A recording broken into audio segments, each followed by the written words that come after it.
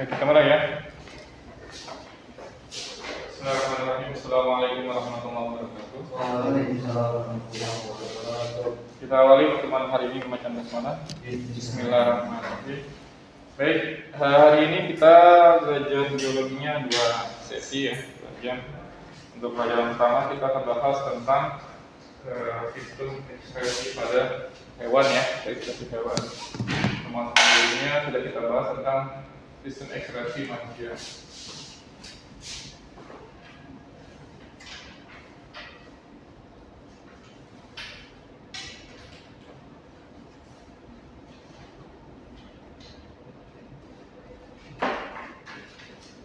Baik, sebagaimana pada manusia ya, hewan juga memiliki sistem ekskresi ya, sama ya.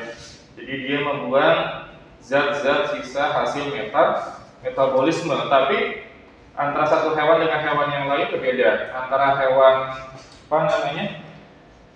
invertebrata ya, yang tak memiliki tulang belakang, dengan hewan vertebrata juga berbeda mekanismenya ya.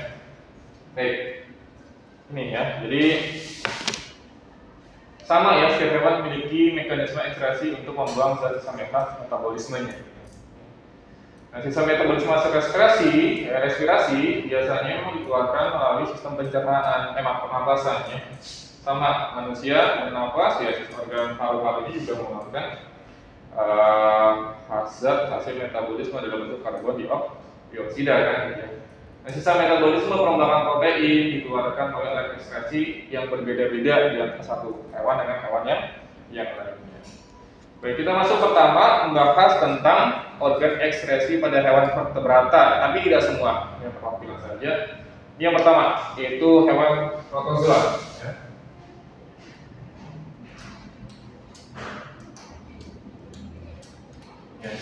Protozoa, contohnya di sini adalah amuba ya.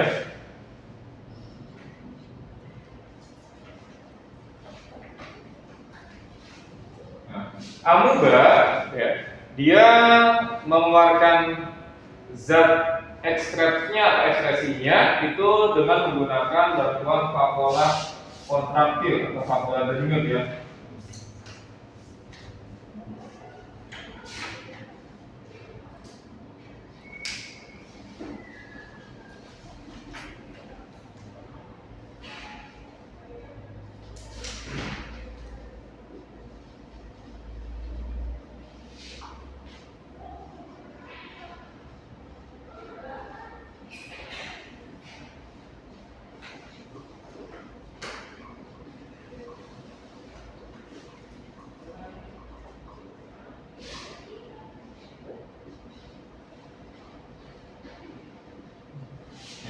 Vakuola kontraktil atau vakuola denyut dia.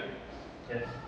Jadi kalau dilihat ini bagaimana mekanismenya, ya mekanisme hewan amuba atau bisa disebut sebagai ameba ya, yang dia menyerap makanan buat dia, dalam hal ini unsur amoniak yang NH3 ya, yang juga bersama dengan garam ya, yang terlarut di dalam plasma selnya. Kemudian vakuola kontraktilnya bergerak ke tepi ya, ke tepi dari bagian membran selnya. Ketika sudah bergerak atau nempel vakuola kontraktilnya ya, selanjutnya dia akan membuat invaginasi bagian membran selnya ya.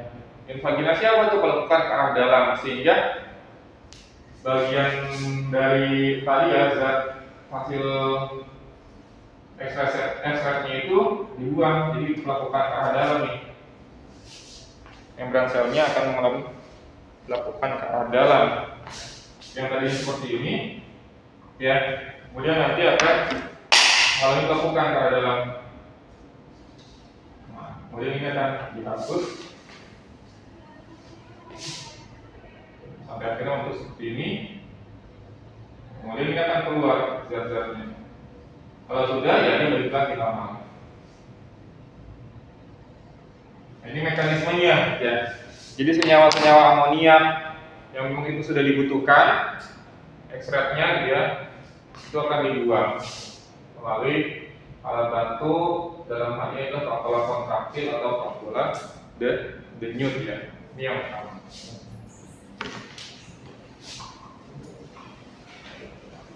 Sederhana ya. Jika serumit pada kelompok hewan vertebrata. Kalau kemarin kita sudah belajar pada manusia, kita serumit pada manusia. Lanjut, kelompok selanjutnya adalah kelompok cacing planaria.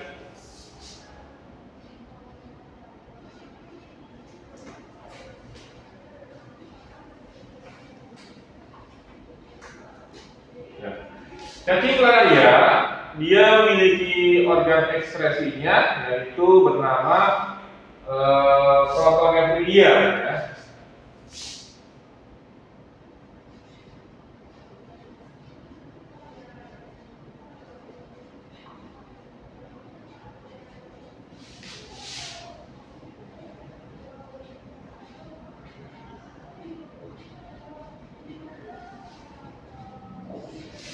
Protonephridia atau nephridium boleh ya, protonephridia atau nephridium sama.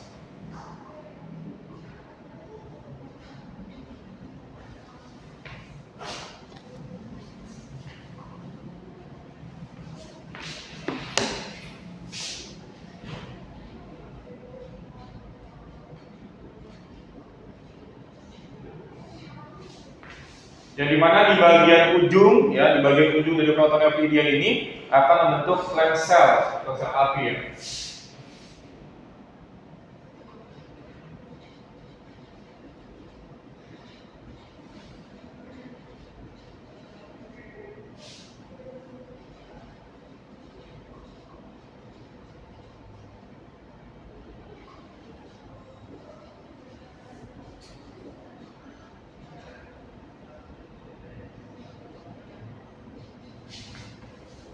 Nama lainnya lagi solenosit. Nanti kita akan lihat bagaimana struktur dari sel api atau stem cell ini. Dan kemudian dikatakan bahwa cairan tubuhnya, ya, cairan dari cacing planaria ini akan membuang zat-zat yang memang sudah tidak diperlukan. Ini mekanisme dasar ya. Jadi dasar dari apa itu sistem ekskresi ya. Sistem ekskresi kan membuang zat-zat hasil sisa metabolisme yang sudah tidak dibutuhkan ya. Didorong menuju ke saluran protonephridium, kemudian keluar melalui nephridiopor, bukan tubuh cacingnya ya. Jadi keluarnya lewat lubang namanya nephridiopor atau nephridiopori. Ini kan ya.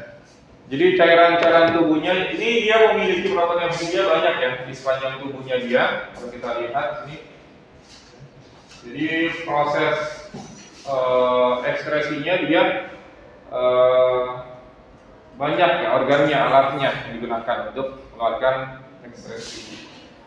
Ini yang dimaksud dengan bagian ujung dari nephridiumnya yang ada stem cell-nya, gitu ya. Setiap ujungnya itu bisa ditemukan 2 stem cell. Ini kan perbesaran dari struktur tubuhnya. Ya. Nah ini lubang yang nantinya akan mengeluarkan zat ekstraknya, ya. Zat yang memang itu sudah tidak dibutuhkan oleh tubuh cacing planaria ini. Lewat lubang bagian namanya nephridiopor atau nephridiopori.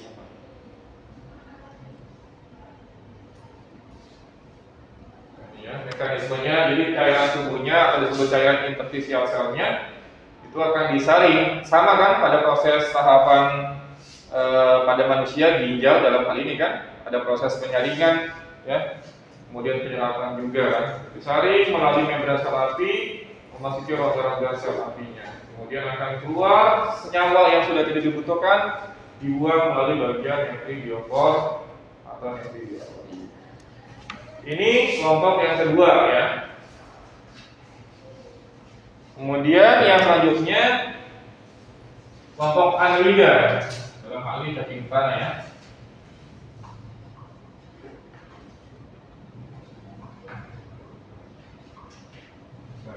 Annelida ini organ ekskresinya berupa metanephridia atau ginjalnya disebutnya namanya metanephridia. ekspresinya.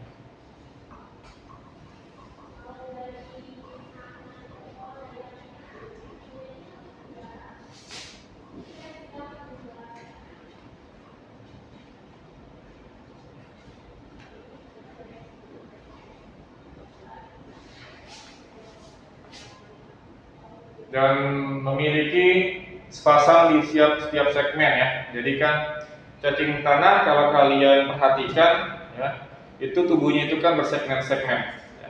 Bersegmen-segmen. Nah, setiap segmen itu memiliki sepasang meta nephridia atau ginjalnya.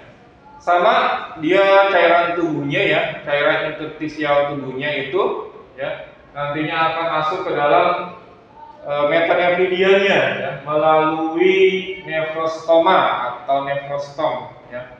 Masuk di situ cairan tubuhnya akan disaring di sana, ada proses penyerapan juga sampai akhirnya senyawa sampahnya atau sisanya gitu ya. Nantinya akan dikeluarkan melalui lubangnya ya. Nefrostom nanti kemudian dikeluarkan bagian tubuhnya ya. Dan itu banyak sekali ya. Sebentar ya. Nah ini, maka yang gambarkan ini ya. Jadi setiap segmen tubuhnya nih, itu gambar utuh dari cacing tanahnya. Kemudian ketika lihat bagian dalamnya, ini nefrostomnya ya. Metanephridianya, kemudian nefrostomnya tadi yang fungsinya untuk tempat masuk cairan interstisial dan di sana diproses, disaring, diserap. Kemudian kalau sudah selesai prosesnya terbentuk ekstraknya, akan dikeluarkan melalui lubang nephridiophore. Jadi ini prosesnya ya. Jadi proses penyerapannya ya, kemudian bagaimana masuknya cairan interstisial ya lewat tadi ya, lewat nefrostom, kemudian diolah di bagian tubulus ya. Tubulus itu kan sebutannya saluran umum gitu ya, makanya di manusia, di ginjal manusia ada sebutan tubulus. Kemudian di sini pun juga sama, di kelompok hewan ada tubulus, karena tubulus itu artinya adalah saluran gitu ya. Di umum sebutannya. Ini ya. Jadi masuk melalui lubang ya, cairan interstisial.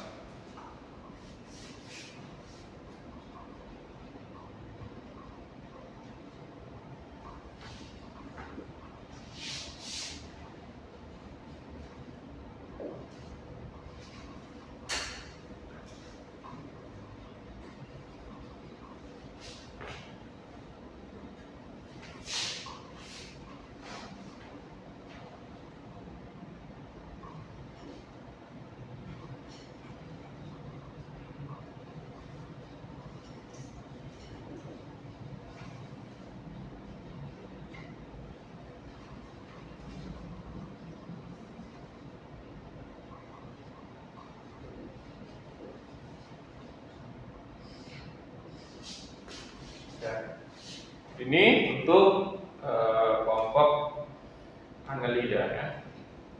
Ini bagaimana struktur kalau kita lihat ya. Jadi di setiap segmen itu ada prosesnya gitu ya. Makanya dia efektif untuk pengeluaran. Ada kelompok cacing ini kan, cacing tanah dalam. Bayangin setiap tubuhnya. Kalau di Indonesia di manusia itu kan cuma dua, kanan dan kiri ya. Tapi di sini dia di setiap tubuhnya. Dan gini, dua itu sudah cukup sebenarnya ya bagi manusia ya, karena kan memang diciptakan oleh Allah Subhanahu Wa Taala ya memiliki dua ginjal gitu. Ketika ginjal satu saja itu juga repot. Dan cacing tanah pun diciptakan oleh Allah memang dia memiliki alat ekspresinya metanephridia ini dengan sepasang di setiap segmennya gitu ya. Ketika berkurang pun juga itu akan mengganggu proses ekspresi yang ada di dalam tubuhnya. Ya, ada sebutan ductus atau tubulus collectivus juga, gitu ya. Kemudian pembuluh darah, kantung kemih juga. Yang sama ada kelompok. Baik, ini kelompok yang ketiga ya, protozoa dengan vakuola kontraktil atau vakuola denyut. Cacing planaria dengan menggunakan protonephridia atau protonephridiophore protonefridium, kemudian anida dengan metanefridium. Oke, lanjut kita ke organ atau hewan selanjutnya.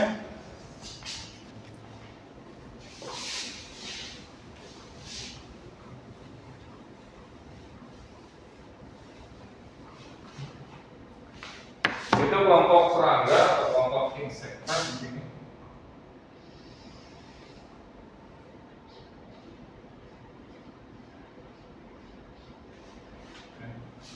Insekta, dia alat ekspresinya berupa namanya tubulus malpighi ya. Ketika kita membahas alat ekspresi pada manusia juga dikenal ada nama bagian tubulus malpighi. Apa itu tubulus malpighi? Ada dua bagian, glomerulus dan kapsula. Bowman itu disebut namanya tubulus malpighi.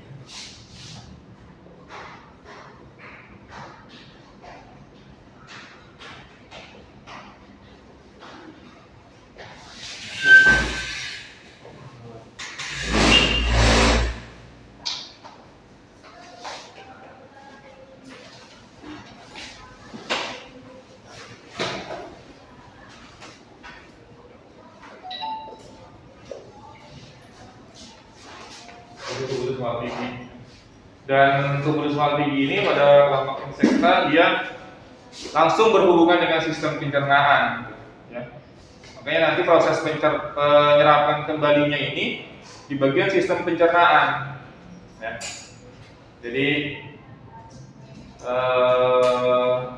ini juga hal yang dasar ya, yang umum terjadi dalam sistem ekskresi.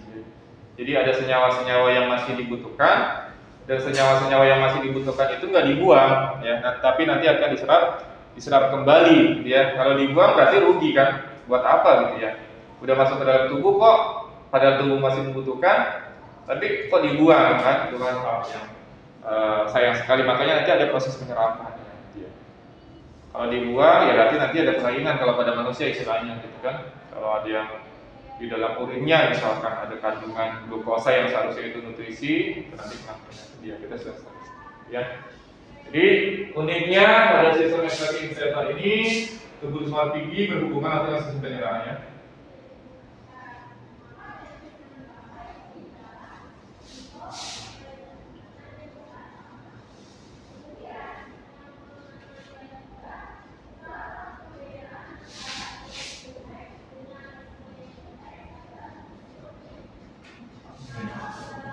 Nanti proses penyerapan zat-zat yang sudah diproses di tubulus malpighi itu diserapnya di bagian sistem pencernaan. Zat dari hemolifa akan berdifusi masuk ke saluran tubulus malpighi yang bermuara di perut tengah atau mitikat. Ya. Jadi cairan hemolifa, ya, cairan tubuhnya dia. Jadi pada kelompok insekta ini bukan disebut darah cairannya ya, tapi disebutnya cairan hemolimfa, cairan tubuh, dan di situ masih ada kandungan nutrisi. Kalau pada manusia kan nutrisinya terlarut bersama dengan darah ya. Ya. Jadi kan sistem pencernaan nih sudah dicerna sempurna, kemudian diserap kan? Ya. Diserap sari makanannya kan oleh usus, diedarkan melalui sistem peredaran darah. Jadi di bagian darah itu ada nutrisinya. Tapi kalau pada kelompok insekta, gitu ya, darahnya itu cairan interstisialnya dia, cairan yang berisi cairan tubuh dan juga nutrisinya itu diangkutnya bukan oleh darah, disebutnya namanya hemolimfa, ya, atau hemolimfa. Ya. Masuk ke dalam tubulus malpighi, diproses, maksudnya nanti karena memang organ ekspresinya itu namanya tubulus malpighi, kemudian nanti akan bermuara di bagian perut tengah ya. Nah, kemudian nanti setelah itu aliran makanan itu akan diserap gitu, ya. Setelah masuk ke tubulus malpighi, kemudian akan diproses lagi masuk ke dalam sistem pencernaan sampai ke rektum. Nah, di rektum itu nanti akan terjadi proses penyerapan makanan atau nutrisi, ya, penyerapan nutrisi yang masih berguna. Nanti yang tidak berguna dibuang, keluarnya bersama dengan feses di gambarannya. Ya. Jadi ini bagian tubulus malpighinya, ya. Tubulus malpighi yang tadi berhubungan masuk dalam sistem pencernaan, di sistem pencernaan ya. Ya. Di dalam tubuh smart big ini cara pemipanya itu masih ada nutrisinya, tidak semuanya zat-zat yang tidak berguna ya, karena nanti akan diproses di situ. Setelah itu kemudian diproses masuk ke dalam sistem pencernaan, jalan sampai ke bagian rektumnya ya, usus kemudian ke rektum, sampai di rektum ada proses penyerapan ya, reabsorpsi air, ion dan juga zat-zat berguna lainnya diserap ya di bagian rektum, kemudian yang tidak berguna dibuang bersama atau melalui bagian anus ya. Ini sistem ekskresi pada kelompok insekta ya. Jadi kurang lebih prosesnya seperti ini di bagian rektum.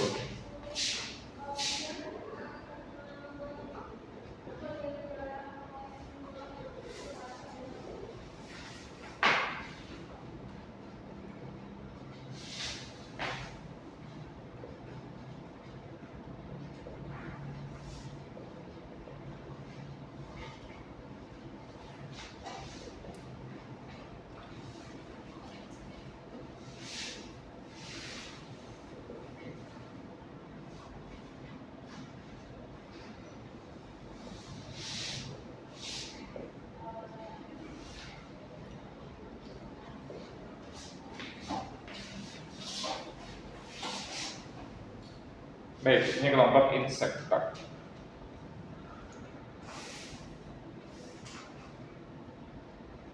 Oke. Selesai ini contoh organ ekskresi pada kelompok hewan invertebrata ya. Sekarang kita masuk pada kelompok hewan vertebrata.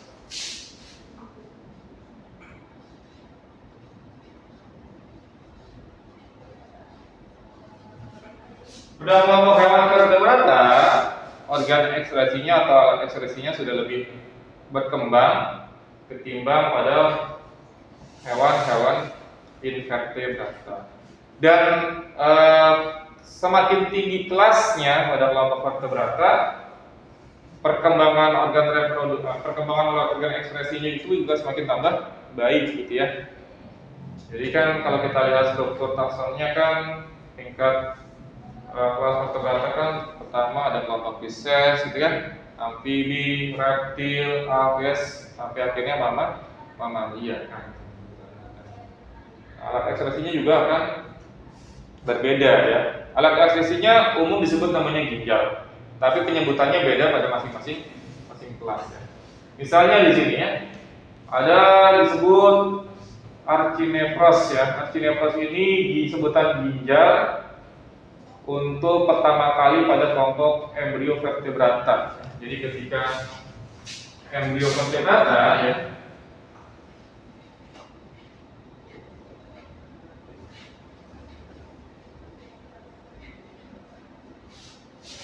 ginjalnya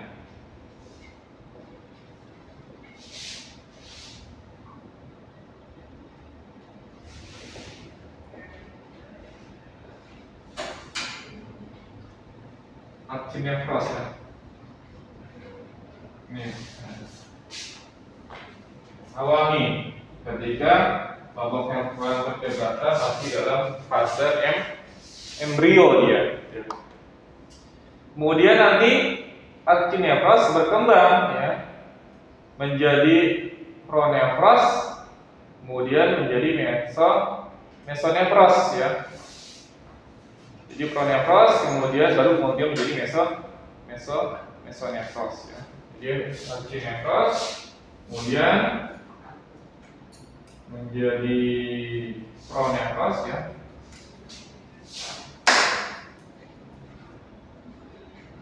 Nah, pronefros ini ditemukan pada kelompok hewan agnatha. Tahu hewan agnatha? Agnatha itu hewan yang tidak memiliki rahang ya. Ag itu tidak, agnatha asal katanya gnathos ya, rahang berarti tidak memiliki rahang.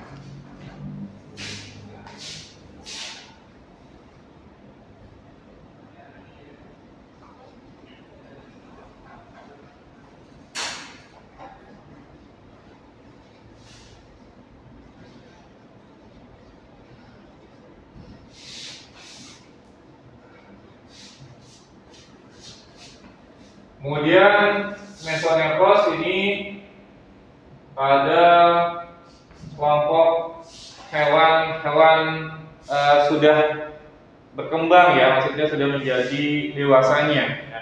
Tadi kan ketika dalam bentuk archinefros itu vertebrata secara umum embrio, ya. Kemudian berkembang dia menjadi pronefros itu pada hewan kelompok agnata, hewan yang tidak memiliki rahang. Kemudian berkembang lagi ya, mesonefros menjadi opistonefros, ini pada kelompok Pisces amfibi. Sementara pada kelompok reptil, aves dan mamalia berkembang lagi ya menjadi metanefros. Ini archinefros, metanefros, kemudian berkembang menjadi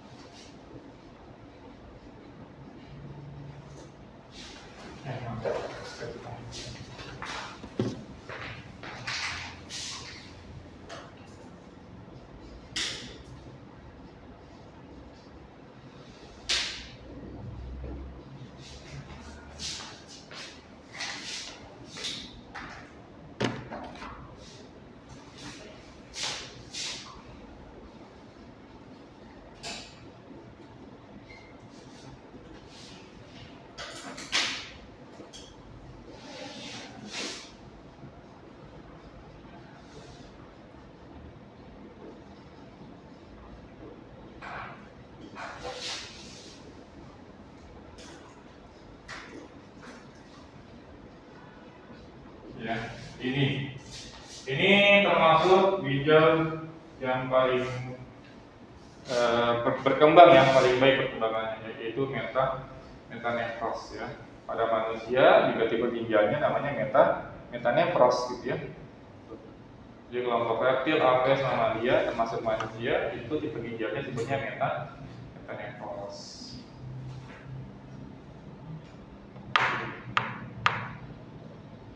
Terkait dengan limbah ya, protein itu bisa dibuat dalam bentuk 3 zat ya.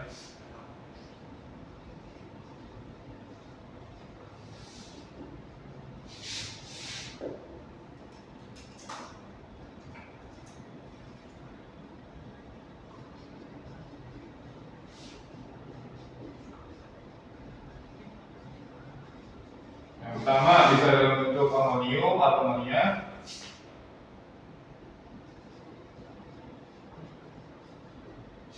Kemudian asam urat.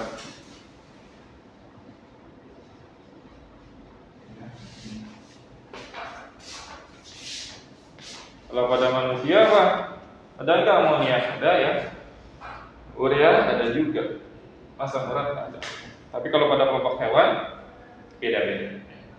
Jadi kita bahas pertama yaitu kita lihat dulu ya, ini gambar perkembangannya ya. Awal dari tahapan embrio masih dalam bentuk archinefros ya. Ini kalau dilihat masih sangat sederhana ya. Kemudian berkembang menjadi pronefros ya. Ini pada kelompok hewan agnata. Kemudian mesonephros pada kelompok reptil, visces dan amfibia akan berkembang menjadi opisconephros. Kemudian berkembang lagi menjadi metanephros, ini pada kelompok reptil, apes dan juga mamalia. Ini tahap perkembangannya. Baik, sekarang kita masuk ke bagian selanjutnya. Nah, ini jenis-jenis ekstrak tadi. Amonia, kemudian asam urat. Nah, amonia ya, atau disebut hewannya namanya Ammonoterid ya.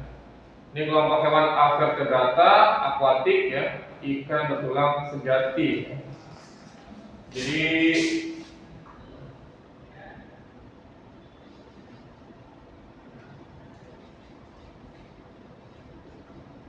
disebut namanya hewan Ammonoterid. Contohnya kelompok avertebrata akuatik.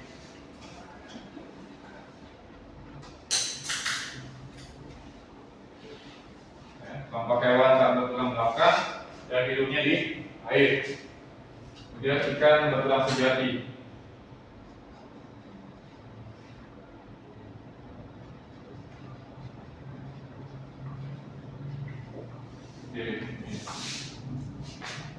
Yang pertama ya. Yang kedua dalam bentuk urea. Kalau sebut hewan ureoterik.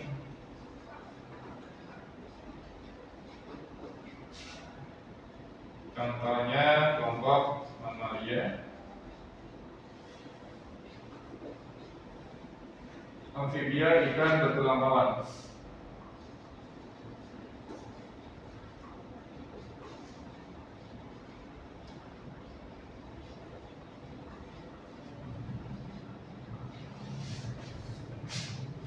Dan yang ketiga, yang terakhir, itu dalam bentuk asam urat.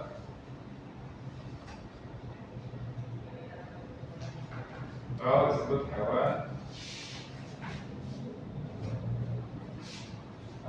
Uricoterid. Uricoterid. Contohnya berarti misalnya amfibia, kemudian berarti ada kelompok reptilia insekta.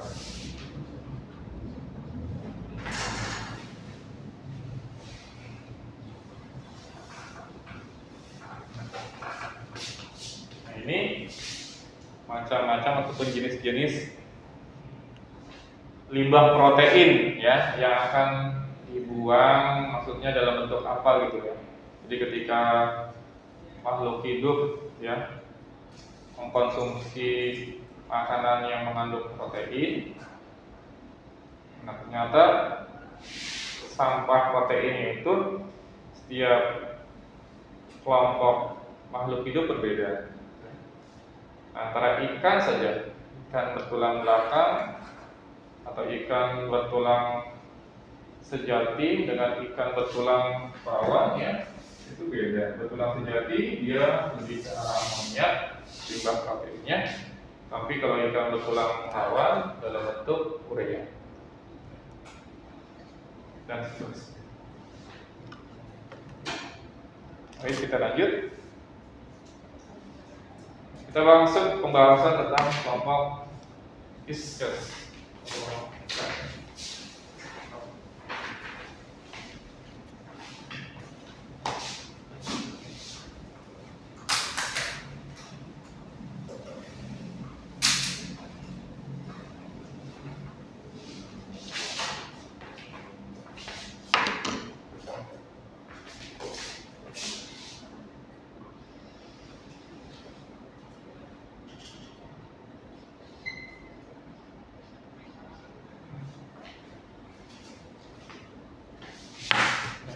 Kelompok viscous atau kelompok ikan, dia ginjalnya tadi dikatakan dalam dalam bentuk ya perkembangan ginjalnya disebut namanya opisthonephros ya. Dan nantinya gitu ya, organ ginjalnya ini ya akan bergabung dengan saluran sistem reproduksi ya, atau urogenitalnya, dan bermuara pada kloaka ya, muara tiga saluran ya. Dan ikan air tawar ya dengan ikan air laut itu berbeda terkait dengan adaptasinya dan pengeluaran zat sisa metabolismenya ya. Nah ini gambarannya. Adaptasi ini kan terkait dengan konsentrasi ya, konsentrasi senyawanya atau bisa dikatakan kadar garamnya kan selnya, antara lingkungan dengan selnya, nanti kaitannya dengan osmosis. Kalau ikan air tawar ya, lingkungannya sifatnya dia hipertonik atau hipotonik atau isotonik. Konsentrasi zatnya tinggi atau rendah di dalam ikan air tawar atau lingkungannya. Rendah ya, makanya disebut sebagai hipotonis kan. Berarti di dalam selnya gimana? Di dalam tubuh ikannya hipertonis kan, tekanannya tinggi.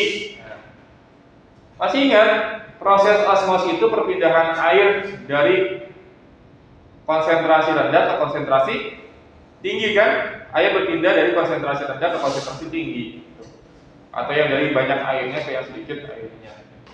Makanya di dalam tubuh ikan tadi dikatakan dia hiper, maka air dari lingkungan akan masuk ke dalam tubuh ikan secara osmosis kan, gitu. Dia minum juga, ya, dia mendapatkan air dan mineral dan juga makanan, kemudian air dari lingkungan akan masuk ya secara osmosis melalui bagian tubuhnya dia, yaitu dari bagian insang ya. Dan juga terjadi penyerapan garam. Kenapa seperti itu ya? Agar stabil kan gitu ya. Agar stabil, kemudian masuk stabil apa, tekanannya sama nanti ya, konsentrasinya sama antara di lingkungan dengan di dalam tubuh ikannya, biar isotonis sama ya. Kemudian dia mengeluarkan urin dalam jumlah yang sangat banyak dan encer. Kenapa? Karena tadi gitu sudah banyak air yang masuk ya. Dia minum juga, kemudian air juga masuk lewat insang secara osmosis gitu ya. Karena memang di dalam tubuhnya itu konsentrasinya tinggi ya. Konsentrasi tinggi, maka dia akan banyak menyerap air. Kemudian karena air yang dalam tubuhnya masuk dalam tubuhnya banyak, maka dia juga harus mengeluarkan banyak urin. Makanya proses pengeluaran urinnya akan banyak dan juga encer ya. Ini kenapa? Nggak mati. Justru kalau dia nggak banyak minum atau nggak banyak ngeluarin air, ngeluarin urinnya, dia akan mati gitu.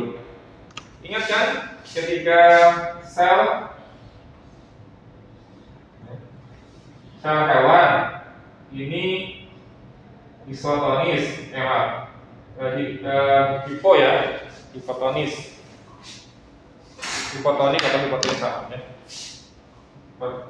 Hipotonik berarti di dalam selnya kan hiper ya, hipertonik. Air berpindah dari iso ke hiper kan, dia akan masuk nih ya, H2O. Kalau terus masuk apa yang terjadi?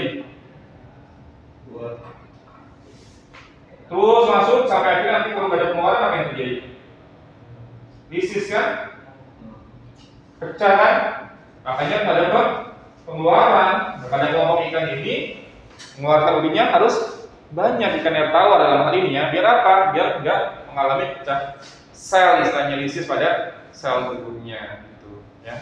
Ini mekanisme adaptasi yang memang akan dialami pada kelompok ikan air tawar. Beda lagi kalau ikan air laut ya. Kalau ikan air laut kebalikannya kan. Jadi kan ini sel ya. Kalau lingkungannya di laut itu dia hiper ya. Di dalam tubuh ikannya hipo. Apa yang terjadi?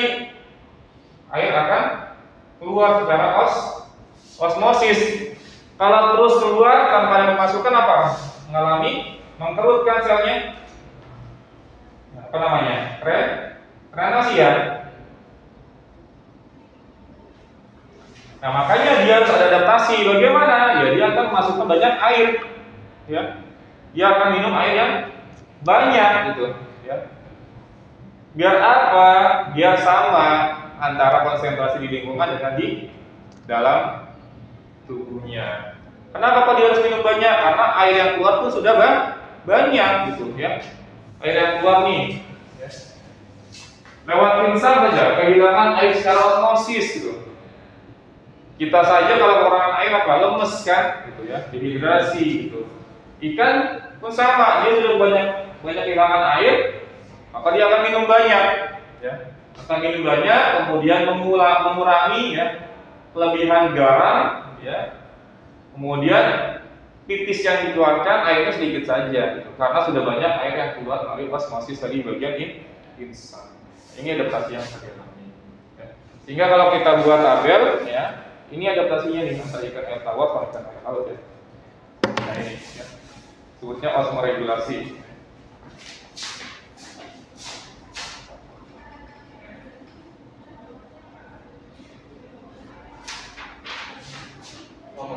Kalau tadi apa kalau sampai bata itu ikan yang mulai tulang Bertulang belakang.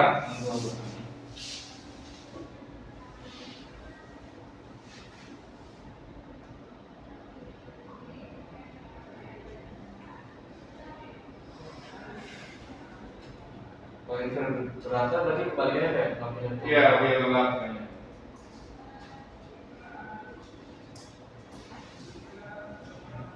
Jadi kalau kita lihat dari dia ikan air tawar sedikit saja minum. Ya. Kenapa? Karena air sudah banyak yang masuk. Lalu insang ini banyak minum.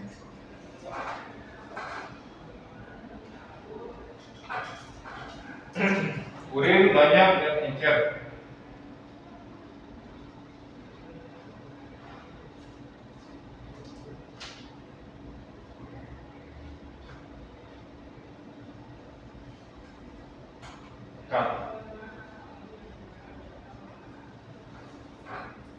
Sel ikannya lipat.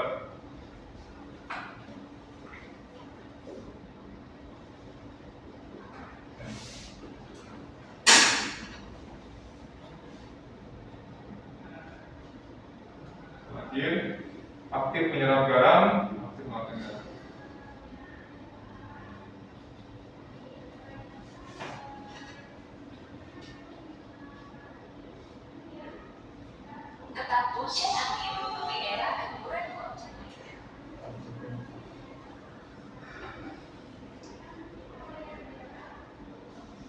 Nah, ini untuk adaptasi ya, jadi pengaturan ada kelompok ikan air tawar dan ikan air laut.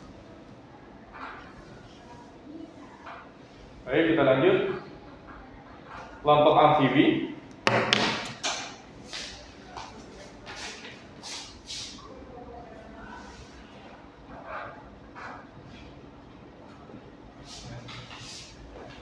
Papa, salamander, ansin. Organ yang sering itu berupa ginjal, meta, nefros ya.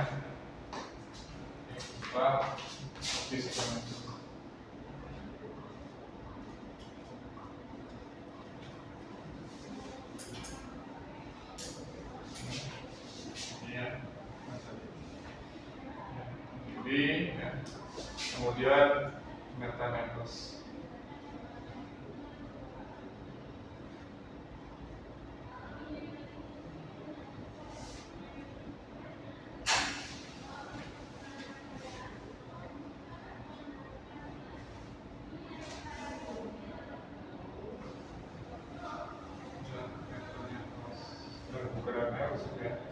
Harusnya dia kelompok sama nih,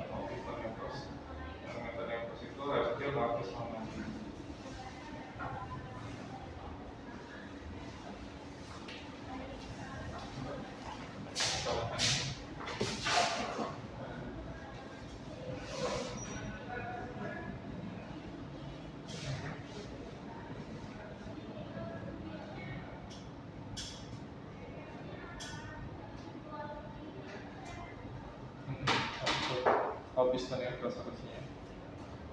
Bagian yang keras. Piston yang keras.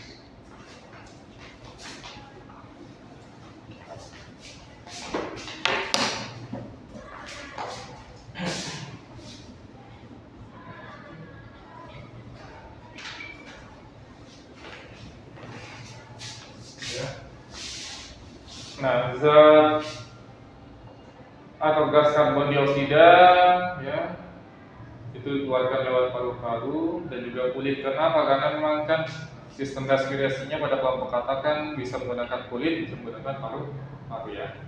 Ekstrak dari ginjal berupa urea keluar bersama feses melalui keluarga, ekstrak dari respirasi keluarga melalui kulit dan juga paru-paru ya. Jadi ini terkait dengan ini ya. Jadi kita bahas ikan itu bisa dalam kelompok amonia atau juga dalam kelompok urea, tergantung jenis ikan. Kalau amfibia dia pasti dikeluarkan dalam bentuk urea ya. Jadi ekstraknya keluar bersama dengan feses melalui keluarga.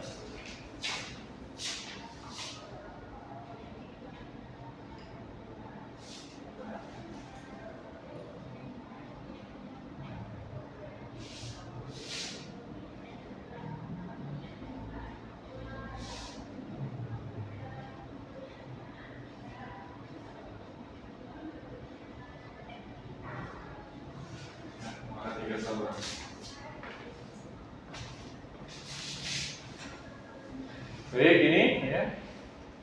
Kemudian kita masuk ke reptil ya. Amfibia, ya. Amfibia. Dan reptilia.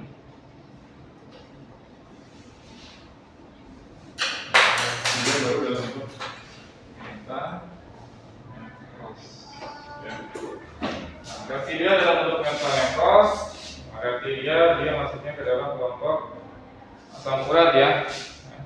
Jadi asam uratnya ini dikeluarkan bersama feses melalui kloaka, sama seperti kelompok amfibia ya. Cuma bedanya kalau amfibia dalam bentuk urea, kalau reptilia dalam bentuk asam urat. Burung ini kelenjar pada kulit yang mensekresi asam urat untuk mengusir musuhnya. Maksudnya mengeluarkan bau gitu ya. Dia mengeluarkan bau untuk mengusir musuhnya. Sampai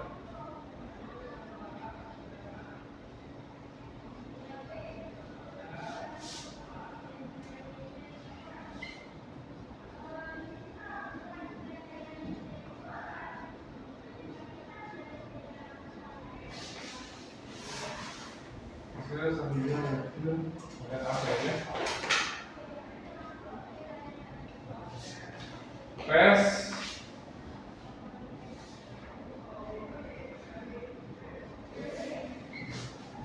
dia. Nah, pada kelompok Apes ini ya, ini yang lebih spesifik lagi, misalkan pada kelompok burung yang dia termasuk kelompok burung laut ya. Jadi kalau burung laut itu beda nanti proses ekspresinya, karena dia kan makanannya biasanya hewan-hewan yang ada di laut ya, dan memiliki kadar garam yang tinggi. Ekspresi burung dilakukan menggunakan ginjal, metanefros, paru-paru dan juga kulit ya. Jadi kalau paru-paru dan kulit itu nanti berarti mengeluarkan zat dalam bentuk karbon dioksida. Salah perubahan dari burung melalui kloaka berupa asam urat dan juga garam. Kelenjar minyak, nah ini ya, kelenjar minyak pertama terdapat pada kulit di bagian tunggingnya atau di bagian belakangnya, buntutnya gitu ya.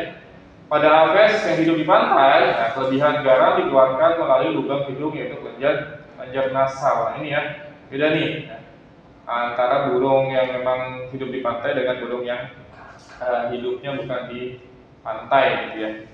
Karena memang kalau di pantai itu tadi saya sampaikan kadar garamnya tinggi, maka kelebihan garam itu harus dibuang gitu ya.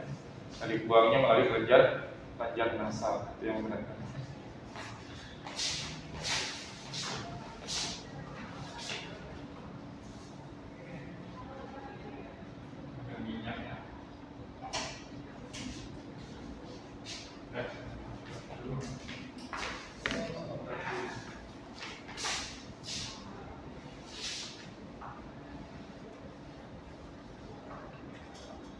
Sapropes berarti dia dalam bentuk asam urat.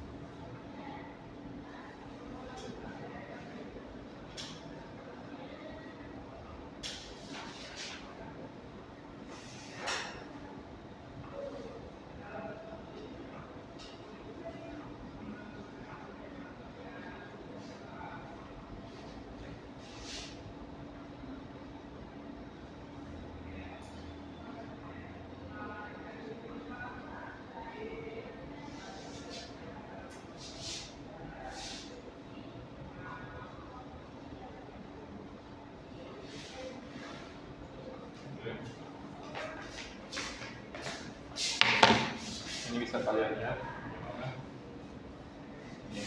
di kelebihan garam yang diserap oleh kelenjar garam akan dikeluarkan oleh lubang hidung baik berupa kristal maupun berupa cairan. Di bagian atas matanya itu ada kelenjar garamnya di situ. Nah, nanti dikeluarkan melalui lubang hidungnya. Pembuluh sekresi pada kelenjar garam setiap pembuluh dibatasi oleh epitel transport yang dikelilingi oleh banyak pembuluh darah dan akan berakhir di saluran utama. Sel ekskretori atau sel ekskret secara aktif menyerap kelebihan garam dari pembuluh darah dan garam kemudian dipindahkan menuju ke lumen sampai akhirnya nanti akan dikeluarkan melalui kelenjar nasal. Nah, ini mekanismenya pada kelompok burung yang hidupnya di pantai. Baik, sampai di sini pembahasan kita tentang sistem ekskresi pada hewan. Ada yang disampaikan? Jadi bukan itu apa?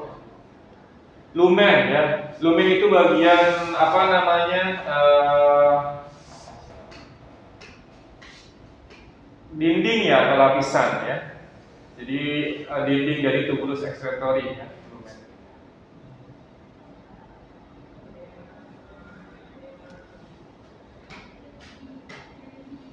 Baik, kalau tidak ada silakan dikerjakan dulu soal-soalnya untuk sistem ekskresi hewan di SIP.